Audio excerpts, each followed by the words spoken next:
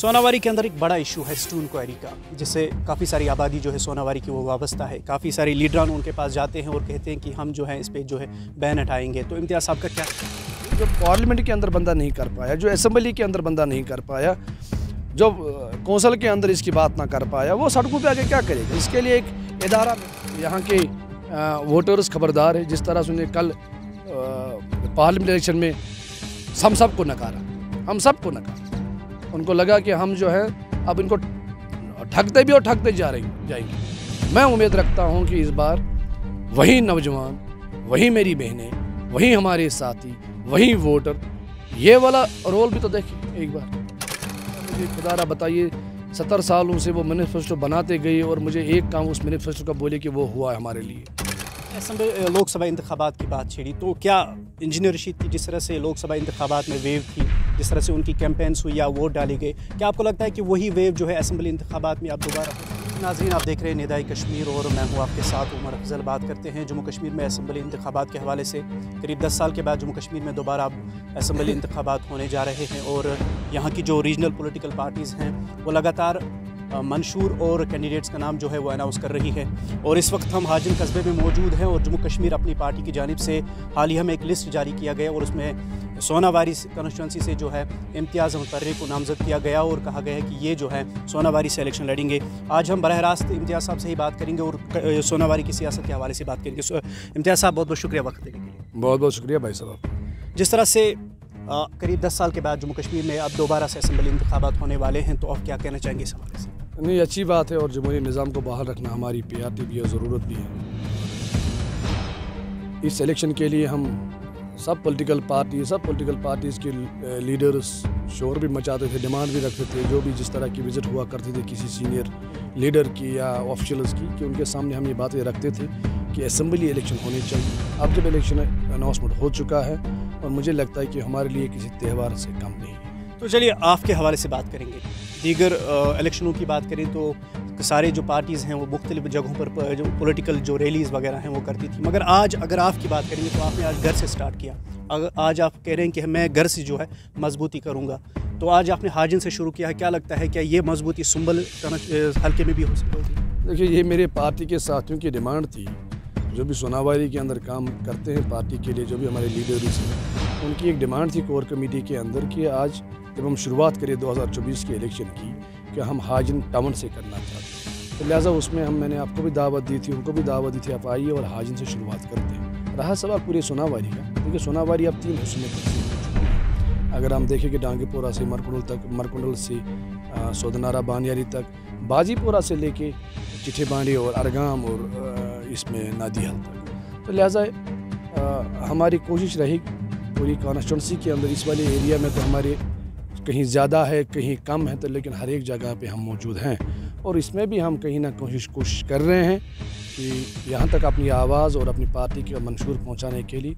और मुझे उम्मीद है कि इस बार इंशाअल्लाह ताला हमें इसमें कामयाबी मिलेगी। क्या हाजिन कस्बे के लोग आपको एक्सेप्ट करेंगे, इस बार कबूल करेंगे कि आपको जिताने? नहीं, मुझे पता हाजिन का आवाम मुझसे दूर कब रहा। अब जो भी जिस तरह के नताइज आए होंगे, लेकिन जब हाजिन कस्बे की बात होगी, आप मुझे बताइए, आप रिज़ल्ट निकालिए। यहाँ मेरा दिन ब दिन हर एक इलेक्शन में ग्राफ बढ़ता गया। लिहाजा हाजिन मेरा ज़ाती मेरा घर है।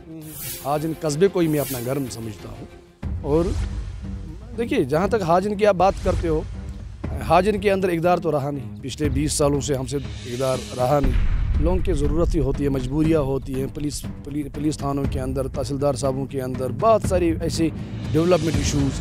देखिए, लोग जब इक़दार में कोई आता तो वो एक तंजीम की वजह से नहीं, या एक अपने ख़ास वर्करों की वजह से नहीं होता है।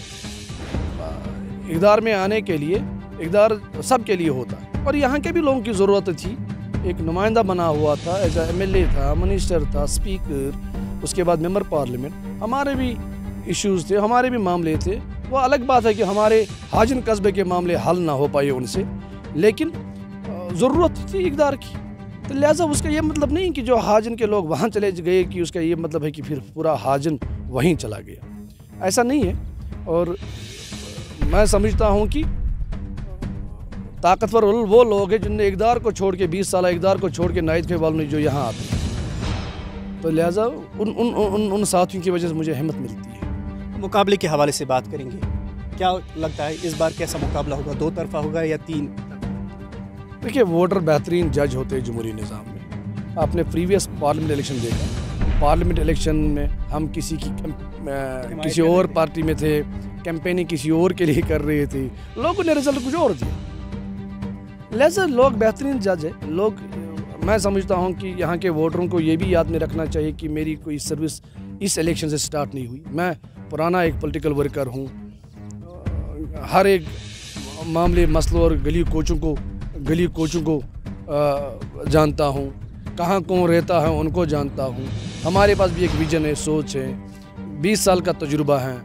मेरे बाद किसी साथी ने 2008 में स्टार्ट किया, मैंने 2004 में स्टार्ट किया, 2004 में स्टार्ट किया। आज दूसरा कोई साथी हरीफ बन के आज स्टार्ट कर रहा है। लिहाजा अवाम तो इसको भी नज़र में रखती। मैं वाकई मेरी एज उनसे कम होगी, लेकिन तजुर्बा तो उनसे ज़्यादा है। आपने असेंबली लोकसभा इंतखाबात की बात छेड़ी, तो क्या इंजीनियर रशीद की जिस तरह से लोकसभा इंतखाबात में वेव थी, जिस तरह से उनकी कैंपेन्स हुई या वोट डाले गए, क्या आपको लगता है कि वही वेव जो है असेंबली इंतखाबात में अब दोबारा हो सकती है? देखिए, मैं इतना ज़रूर कहूँगा कि उसमें लोगों ने अपना वोट का इस्तेमाल किया। कहाँ किया? वोटर कोई गलत फैसला कर दिया। अब देखिए कि यहाँ पे लोकल इश्यूज़ है, यहाँ पे लोकल लीडर्स है, यहाँ के लोकल लीडरों का अपना एक विजन है, यहाँ के ज़ाती साथी होते हैं। तो मुझे नहीं लगता है कि इस इलेक्शन में वो वाला कोई वेव आ सकती है या रोल बन सकता है। मैं उसको सिरे से निकाल। नेशनल कॉन्फ्रेंस की बात करेंगे, इस बार भी वो दावेदार हैं कि इस बार जो है हमने कांग्रेस के साथ अलायंस किया, और कांग्रेस भी कह रही है कि जो ये अलायंस का कैंडिडेट होगा वही जो है सोनावारी का आने वाला एमएलए होगा। इस बारे में आप क्या? देखो, अच्छी बात है, और मुकाबले में तो हम सब हैं। हम भी अपनी बात रखेंगे, वो भी अपनी बात रखेंगे। आखिरकार आवाम को ही तो फैसला करना है, यहाँ के वोटरों को ही फैसला करना है। हम भी अपना विजन लेकर जाएंगे, वो भी अपना विजन रख सकते हैं। क्या क्या विजन होगा इम्तियाज़ साहब का? वो भी बहुत सारे इश्यूज़ हैं जिनको हम आने वाले दिनों में हम रिलीज़ भी करेंगे। जैसे पार्टी का मंशूर था, मैनिफेस्टो था पूरे जम्मू कश्मीर के लिए, वहीं अपने एक लोकल कैंडिडेट का भी लोकल इश्यूज़ होते हैं, उनको हम एड्रेस करेंगे। आने वाले दिनों में हम उस किताब को ही छापेंगे कि हम करना क्या चाहते हैं, सोनावारी में होना क्या चाहिए था, सोनावारी किसकी हकदार थी। जहाँ नेशनल कॉन्फ्रेंस के मैनिफेस्टो की बात है, ज़रा मुझे खुदारा बताइए, 70 सालों से वो मैनिफेस्टो बनाते गए और मुझे एक काम उस मैनिफेस्टो का बोले कि वो हुआ है हमारे लिए। देखिए, हम बेरोज़गार भी हैं, हमारे पास रोज़गार के वसाइल है नहीं, हम प्राइवेट सेक्टर को ही अपनी कॉन्फ्रेंस में खोल नहीं पाए। हमें बड़े इदारे का नुमाइंदा बनाया गया, लेकिन उस नुमाइंदगी का हमने ना कोई दूसरे को फ़ायदा पहुँचाया, ना उस नुमाइंदगी का हमें ये एहसास रहा कि हमें डिलीवर कैसे करना चाहिए। लिहाजा मुझे लगता है कि यहाँ के वोटर्स खबरदार है। जिस तरह से उन्हें कल पार्लियामेंट इलेक्शन में हम सबको नकारा, उनको लगा कि हम जो है अब इनको ठगते भी और ठगते जाएंगे। मैं उम्मीद रखता हूँ कि इस बार वही नौजवान, वही मेरी बहनें, वही हमारे साथी, वही वोटर, ये वाला रोल भी तो देखें एक बार। वोटर फैसला करता है, बेहतरीन जज है, और मेरी अपील रहेगी कि एक बार हमें आजमा के। सोनावारी के अंदर एक बड़ा इशू है स्टून क्वेरी का, जिससे काफ़ी सारी आबादी जो है सोनावारी की वो वाबस्ता है। काफ़ी सारे लीडरान उनके पास जाते हैं और कहते हैं कि हम जो है इस पर जो है बैन हटाएंगे। तो इम्तियाज़ साहब का क्या स्टेट है? देखिए, मेरा भी वो एक ज़ाती इशू बन चुका है, लेकिन मैं उनके जज्बातों की कदर करता हूँ, लेकिन जज्बातों के साथ खेल नहीं सकता। यहाँ लास्ट टाइम भी कुछ लोगों ने कहा कि जो खेल कौन रहे, आपको पता ही है। लास्ट टाइम भी कुछ लोगों ने कहा था कि मेरा ये इशू है कि अगर ये एड्रेस होगा मैं तब जाके उनको वोट दूंगा। अब क्या कह रही है?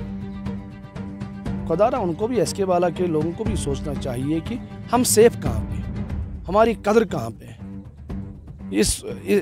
इन मसलों का कैसे हल किया जाएगा। हमारे पास एक विजन है, हमारे पास एक सोच है। जो पार्लियामेंट के अंदर बंदा नहीं कर पाया, जो असेंबली के अंदर बंदा नहीं कर पाया, जो कौंसल के अंदर इसकी बात ना कर पाया, वो सड़कों पे आके क्या करेगा? इसके लिए एक इदारा मिला था हमें, हमने नुमाइंदे चुन के भेजे थे, डायरेक्टली इनडायरेक्टली। मुझे लगता है कि वो लोग इनके साथ खेल। अब आपकी क्या मैसेज रहेगी एसके वाला और पूरी सोनावारी? देखिए, मेरी गुजारिश रहेगी कि